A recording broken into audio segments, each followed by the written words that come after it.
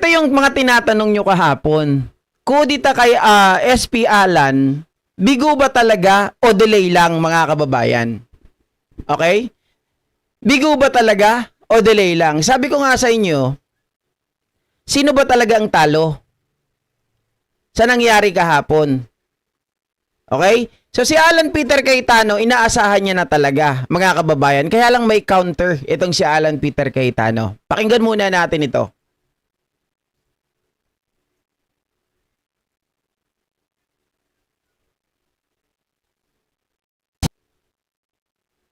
Senado. Dahil dyan, nananatili walang nangyaring kudeta sa Senado. Dahil dyan, nananatili pa ring Senate President si Alan Peter Cayetano. Pero ang minority bloc, nadagdagan ng puwersa. Sumali na sa kanila si Senator Mig Zubiri matapos daw matauhan sa nangyaring barilan sa Senado. Narito ang aking frontline report.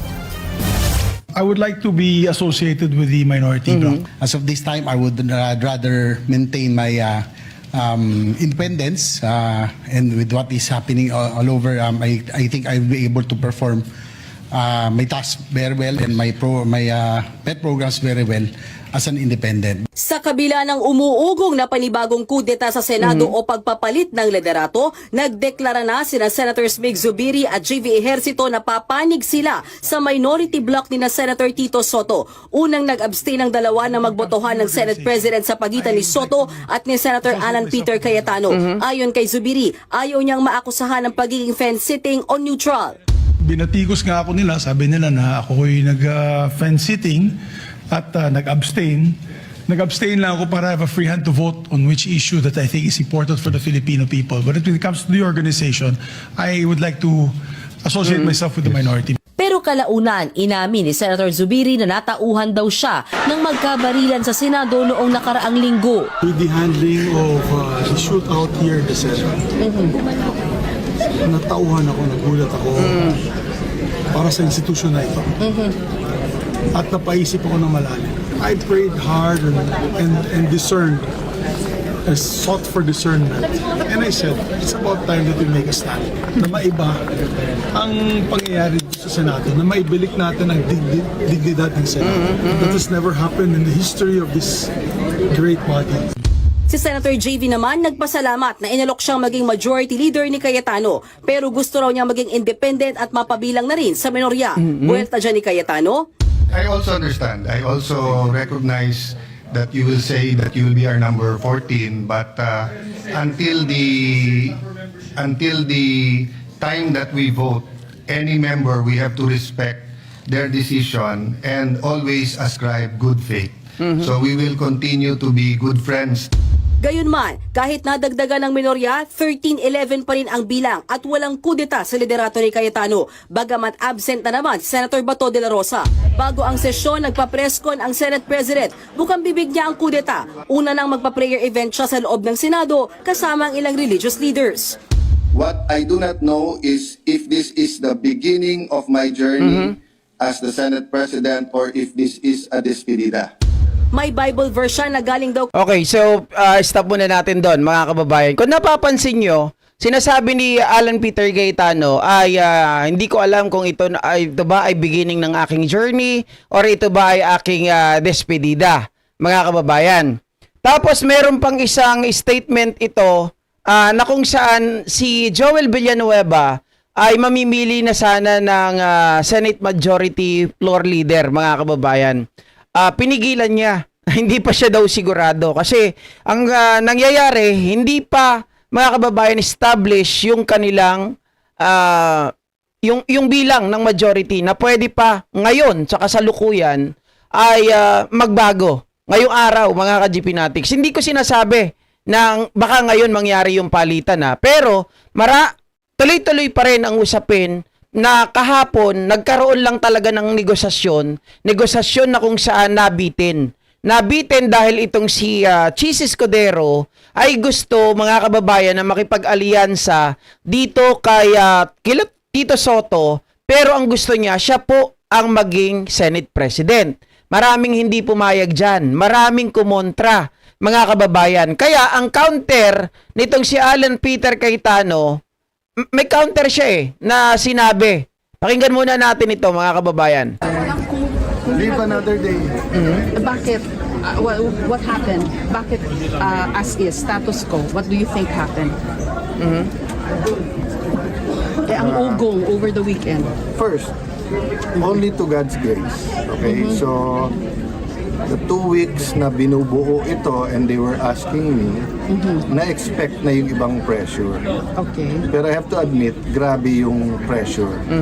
And to all of you, lalo sa mga mahal namin sa media, read between the lines. Read between the lines. Any pressure, negative or positive, please read between the lines. What pressure? Pressure na kumalas. Who called? Who? Alam naman Who ng lahat. lobbied? Alam naman ng lahat. So, ang aking inuulit na message, we're here to collaborate. So, interdependence with the judiciary and the executive. Wala namang problema sa judiciary, but with the Okay. executive. So sabi niya ganoon, may pressure na binabanggit siya, mga kababayan. Read between the lines. So ang sinasabi niyang pressure dito ay doon sa may mga kaso. Now, para hindi siya maalis for the meantime, na sinasabi niya, we're here to collaborate with the judiciary and executive, mga kababayan. So, sa executive, merong nagpaabot sa atin na kung saan etong si Alan Peter Cayetano, kaya ngayon binabakbakan siya ng mga DDS. Kasi, sabi niyang ganon, Cayetano's last minute counter offer para hindi siya kagad matanggal kahapon. Retain me and I will actively push for impeachment better than cheese. Mga kababayan. So, sa mga ibang mga DDS vlogger, sinabi bayad si Alan Peter Cayetano na counter offer. Okay?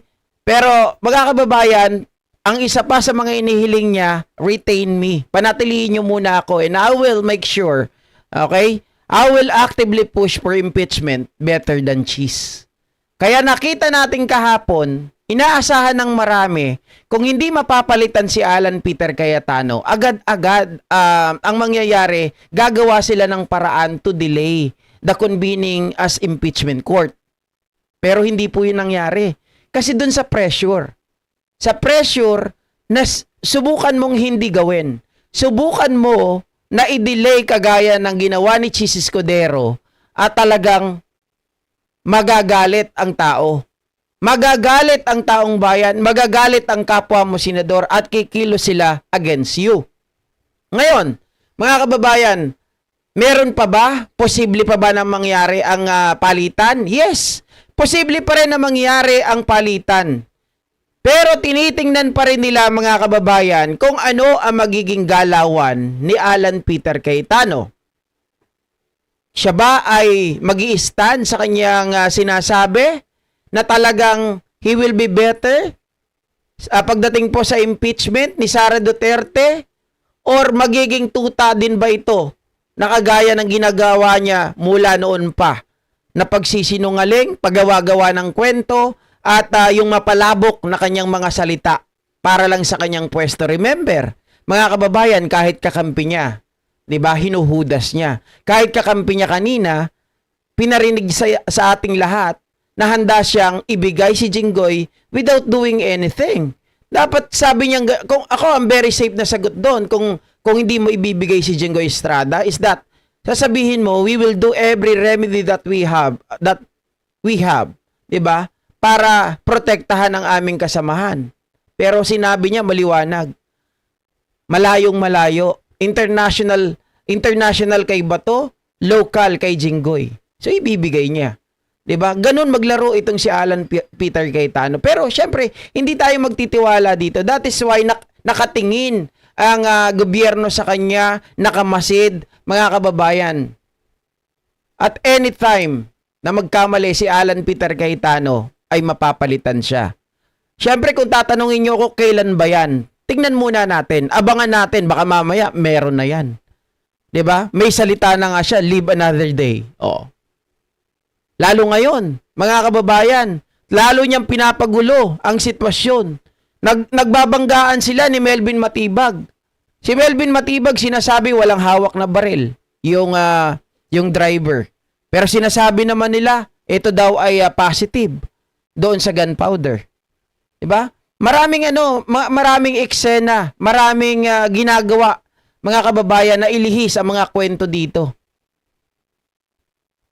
So hindi natin alam kung ano ang mga usap-usapan. Hindi natin alam kung pwedeng si Cheese, pwedeng si Gatchalian ang pumalit dito, pwedeng si Soto. Si Mig Zubiri parang ayaw na eh. Hindi ko lang alam mga kababayan, baka sinasabi niya lang. Kasi dagdag pa sa usapin na yan, eto nga, nung natauhan si Mig Zubiri,